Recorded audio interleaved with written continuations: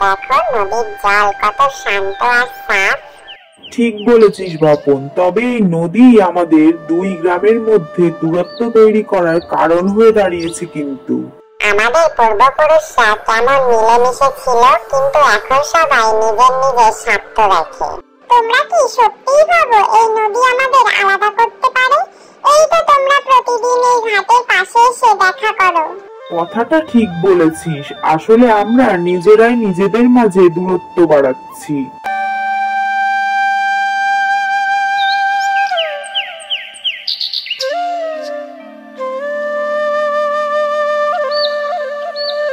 শুনেছিস আমাদের গ্রামে এবার নতুন মেলা বসেছে। মেলায় আবার গ্রামের তৈরি শাড়ি বিক্রি হবে। শুধু তোমাদের গ্রামে কেন, আমাদের গ্রামেও ভালো শাড়ি তৈরি হয়, আমরাও প্রতিযোগিতায় আছি। আরে তোমরা এমন করো না, গ্রামগুলো আলাদা হলেও তো সবাই মানুষই, এতে এত মনোমালিন্য কেন? তোমরা কি আমাদের সঙ্গে কখনো ভালো ব্যবহার করেছো? কোনোদিন আমাদের সাহায্য করেছো? তোমরা সবসময় নিজেদেরকে অন্য গ্রামের চেয়ে ভালো ভাবো।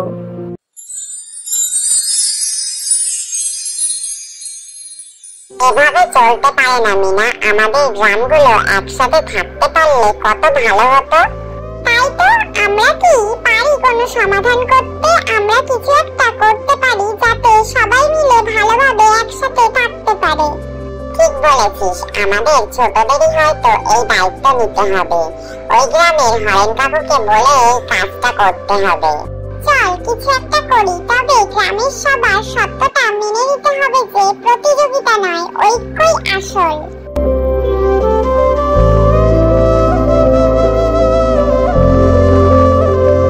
শোনো, এই দুই গ্রাম একসাথে বড় হয়েছে, আজ এই নদী আমাদেরকে আলাদা করতে বসেছে, কিন্তু এতে তো আমাদেরই ক্ষতি। হ্যাঁ, আমরা নিজেদের মধ্যে বিবাদ করছি। এই প্রতিযোগিতা আমাদের জন্য নয়, আমাদের ঐক্যই আসল। হ্যাঁ, আমারও মনে হচ্ছে আমি ভুল করেছি।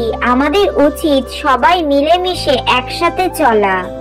তাহলে সবাই মিলে আবার সেই পুরনো সম্পর্ক গড়ে তোলার উদ্যোগ নাও।